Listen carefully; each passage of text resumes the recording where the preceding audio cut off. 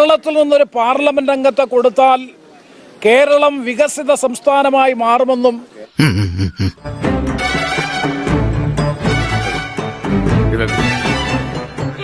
കേന്ദ്രത്തിൽ നിന്ന് അർഹതപ്പെട്ട ആനുകൂല്യങ്ങൾ ലഭ്യമാക്കാൻ കഴിയുമെന്നും കോടികൾ കൊണ്ട് ആകാശക്കോട്ട കെട്ടിയത് ഇങ്ങനെ ഇരിക്കും. അയ്യടെ എന്തൊക്കെ ബഹളായിരുന്നു. തൃശ്ശൂരിൽ നിന്നും ലോക്സഭയിലേക്ക് ശ്രീ സുരേഷ് ഗോപി ജയിച്ചതിന് ശേഷം കേരളത്തിന് വേണ്ടി കേരളത്തിന്റെ പേരൊന്ന് ബഡ്ജറ്റിൽ പരാമർശിക്കാൻ ഒരു സ്ഥലത്ത് പോലും പരാമർശിക്കാൻ പോലും തയ്യാറായില്ല.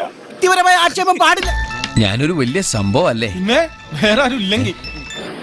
ഒരു പുതിയ പദ്ധതിയും ഒരു ആനുകൂല്യവും സംസ്ഥാനത്തിന് നൽകിയിട്ടില്ല എന്ന് മാത്രമല്ല, നീ ഈ പറഞ്ഞത് മുഴുവൻ നടക്കുമെന്ന് നിനക്ക് തോന്നുന്നുണ്ട്? എന്താ സംശയം? ഈ കൈ കണ്ടോ, രാജയോഗവും ഗജകേസരി യോഗവും ഒരുമിച്ച് കിടപ്പുണ്ട്. അനുഭവിച്ചേ പറ്റൂ. കേവലമായ പരാമർശം പോലും ആ കാര്യത്തെ സംബന്ധിച്ചില്ല. അങ്ങനെ വരാൻ വഴിയില്ലല്ലോ. പക്ഷെ അങ്ങനെ വന്നല്ലോ. എല്ലാ സംസ്ഥാനങ്ങളുടെ മുന്നിലും കേരളം നാണം കെടും. തലതിരിഞ്ഞ രാഷ്ട്രീയക്കാർ നാടിനെ സേവിക്കുമ്പോ നാടിന്റെ തലയെഴുത്ത് തേയും. അത് കേരളത്തിന്റെ വിധി.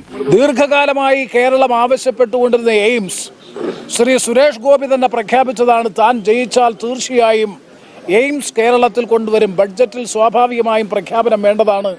നിലവിലെ ബഡ്ജറ്റ് പ്രസംഗത്തിൽ അതിനെ സംബന്ധിച്ച് ഒന്നും പരാമർശിച്ചിട്ടില്ല. ഫ്ലാഷ് ബാക്ക് അവതരിപ്പിച്ച് അദ്ദേഹത്തെ വികാരാധീനാക്കരുത് കല്യാണി അമ്മായി. ഇവിടെ എന്തൊക്കെ ബഹളായിരുന്നു. ഞാൻ എന്നേ പറഞ്ഞില്ലേ ഇതൊക്കെ പറ്റിപ്പാണെന്ന്. ഇയാളെ ഇനി നമ്മൾ വിശ്വസിക്കൂല. കാട്ടുകളെ മാത്രവുമല്ല, സംസ്ഥാനം മുന്നോട്ട് വെച്ചിട്ടുള്ള മറ്റ് ആവശ്യങ്ങളെ സംബന്ധിച്ചൊന്നും തന്നെ കേവലമായ പ്രതികരണം പോലും നടത്തിയിട്ടില്ല. ഒരു കുഴപ്പമില്ല, സന്തോഷമുള്ളൂ മക്കളെ, സന്തോഷായി. പാച്ചേട്ടാ അവമാനിക്കരുത്. ഞാൻ നല്ലൊരു കുടുംബത്തിൽ പറഞ്ഞവനാണ്. നീ നല്ല കുടുംബത്തിൽ പറഞ്ഞു, ഞാൻ പിന്നെ മറ്റേ കുടുംബത്തിൽ പറഞ്ഞാണല്ലോ. തികച്ചും സങ്കുചിതമായ രാഷ്ട്രീയ പ്രേരിതമായി പ്രഖ്യാപിച്ചിട്ടുള്ള ഒരു ബഡ്ജറ്റാണ്.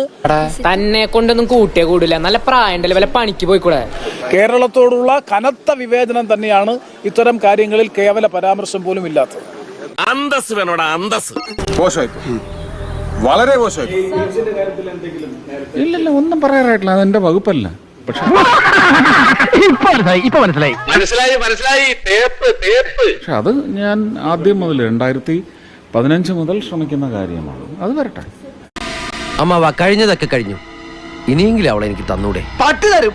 ഏയ്, അമ്മാവൻ തരൂന്ന് പറഞ്ഞ് പറ്റിക്കും. തൽക്കാലം ഇത്രയും മതി. വരട്ടെ.